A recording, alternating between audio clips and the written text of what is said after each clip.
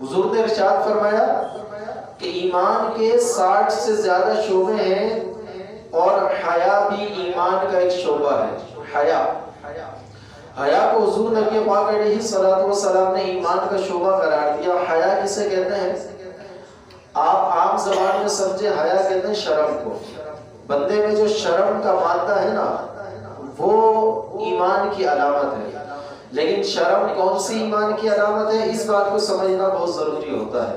ہمیں تو داڑھی رکھنے میں شرم آتی ہے، تو یہ والی شرم مراد نہیں ہے کہ لوگ کسی کو بولو گے بھائی داڑھی رکھو تو وہ بولتا ہے داڑھی رکھنے میں شرم آتی ہے، بلکہ بعض لوگ تو ٹوپی نہیں پہنتے، وہ بولتے ہیں ٹوپی پہننے میں شرم آتی ہے۔ تو یہ والی شرم مراد نہیں ہے۔ شرم ہے کون سی، حیا ہے کون سی، وہ بھی سنتے چلیے گا۔ حضور نے ارشاد فرمایا کہ حیا ایمان کا شعبہ ہے۔ اب حیا کیا ہوتی ہے، شرم کیا ہوتی ہے؟ شرم وہ چیز ہوتی ہے کہ جو انسان کو ناجائز اور گناہ کے کام کرنے سے روکنے والی صفت ہے، غلط کام کرنے سے روکنے والی صفت ہے، یہ حیا کہلاتی ہے۔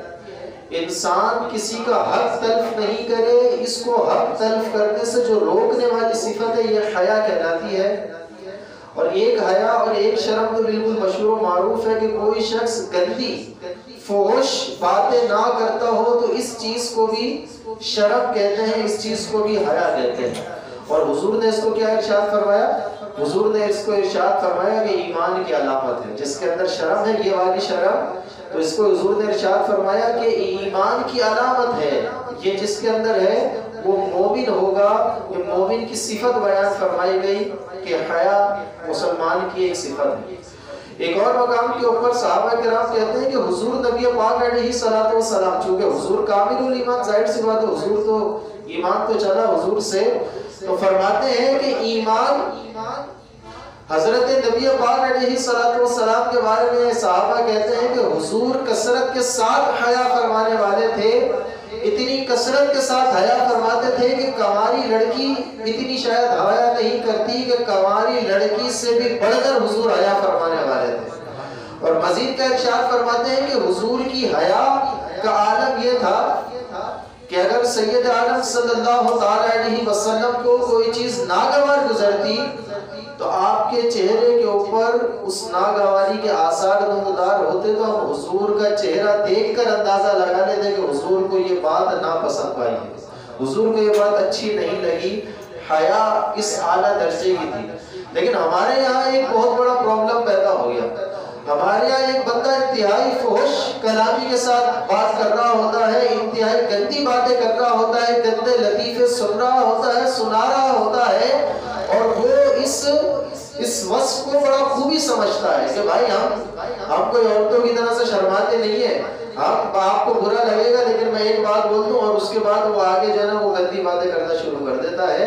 یہ کسی اچھے مسلمان کی صفت نہیں ہے۔ اچھے مسلمان کی صفت حضور نے ارشاد فرمائی کہ اس کے اندر حیا ہوگی، اس کے اندر شرم ہوگی، وہ کوئی غلط بات کرنے سے پہلے کئی مرتبہ سوچے گا، اگر کوئی اسے ایسی بات کرتی ہو نا جس کے اندر بے پردگی آ رہی ہو تو وہ کسی اچھے انداز سے اس کو بیان کرنے کی کوشش کرے گا کہ کسی طرح سے وہ بات بھی پوری ہو جائے اور کوئی بے حیائی والا اور بے شرمی والی جو بات ہے نا وہ اس کے اندر نہ آئے۔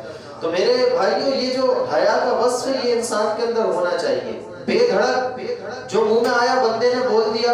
ہمارے یہاں کیا ہوتا ہے، ایک اور چیز حدیث پاک کے اندر ارشاد ہوئی، نبی پاک صلی اللہ تعالی علیہ وسلم کے بارے میں حضرات صحابہ فرماتے ہیں کہ حضور نہ بے حیائی کی بات کرنے والے تھے، نہ فحش گوئی کرنے والے تھے، اور ارشاد فرماتے ہیں کہ اگر نبی پاک صلی اللہ تعالی علیہ وسلم کو کوئی بات ناگوار گزرتی تو حضور بس اتنا فرماتے کہ اس شخص کو کیا ہو گیا، اس شخص کی پیشانی خاک آلود ہو جائے، بس اتنا فرماتے تھے۔ یہ حضور کی ناراضی کے اندر آپ سمجھے جو جملے کہہ رہے ہیں، ناراضی کے اندر وہ جملے کیسے ہیں کہ بھئی فلاں شخص کو کیا ہو گیا کہ وہ اس طرح کا کام کر رہا ہے، اس طرح کی بات کر رہا ہے، یا حضور کیا ارشاد فرما رہے ہیں کہ اس شخص کی پیشانی خاک آلود ہو جائے کہ اس نے ایسی بات کر دی۔ اب آپ حضور کی سیرت کے اندر اپنے آپ کا تناظر کر لیں، اپنے آپ کا تقابل کر لیں کہ ہمیں اب کوئی بات بری لگتی ہے تو ہم سب تک سامنے والے کی 7 نسلیں بھی کھنگال دیتے، ہمیں اس وقت تک سکون نہیں ملتا۔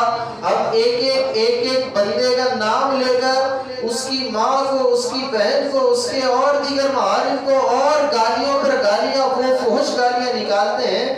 الامان والحفیظ. اور اس کے بعد ہم نبی پاک علیہ السلام سے محبت کا بھی بڑا پکا اور سچا دعویٰ کرتے ہیں. تو حضور سے محبت کا تقاضا یہ ہے کہ حضور کی سیرت کو بھی اپنایا جائے. بڑا پیارا عمل نبی پاک علیہ السلام کے بارے میں اس کے اندر معلومات ملا کہ حضور نہ تو خود، ایک تو ہوتا ہے بندے کے اندر فحش گوئی کی عادت ہے، وہ کرتا رہتا ہے، وہ کرتے رہتا ہے، گندی باتیں وہ کرتا رہتا ہے. اور ایک شخص یہ ہوتا ہے کہ جو تھوڑا تکلف کر کے کوئی اس طرح کی فحش بات کرے گا. تو نبی پاک علیہ السلام کے بارے میں اوصاف بیان کیے کہ حضور نہ تو جان بوجھ کر کوئی گندی بات کرتے تھے، کوئی فحش بات کرتے تھے، اور نہ آپ کی عادت کے اندر یہ بات شامل تھی، نہ آپ کی عادت کے اندر یہ بات شامل تھی، اور نہ تکلف کر کے کوئی فحش کلامی کرتے تھے. یہ نبی پاک علیہ السلام کا وصف بیان ہوا. اور حضور نے اس کو کیا قرار دیا؟ حضور نے اس کو ایمان کی علامت قرار دیا. تو اب آپ یہ دیکھ رہے ہیں کہ جس بندے کے اندر عادت ہے کہ وہ گندی باتیں کرتا ہے، گندے لطیفے شیئر کر رہا ہے، گندے اشعار سنا رہا ہے، تو اس کو اب سمجھ جانا چاہیے کہ اگر ان کو ان باتوں میں مزہ آ رہا ہے نا، تو وہ پھر اب دیکھ لے کہ یہ حضور علیہ السلام نے حیا کو ایمان کی علامت قرار دیا. اور اب آپ سمجھ لیں کہ حیا کی جو ضد ہے وہ بے شرمی ہوگی، بے حیائی ہوگی. تو اب بے حیائی تو پھر اسلام کی صفت نہیں ہوگی، یہ کوئی اچھی صفت نہیں ہے. لہذا اس بات کے اوپر بندہ اپنے آپ کو ضرور غور کرے کہ ہم کس کیٹیگری کے اندر شامل ہوں.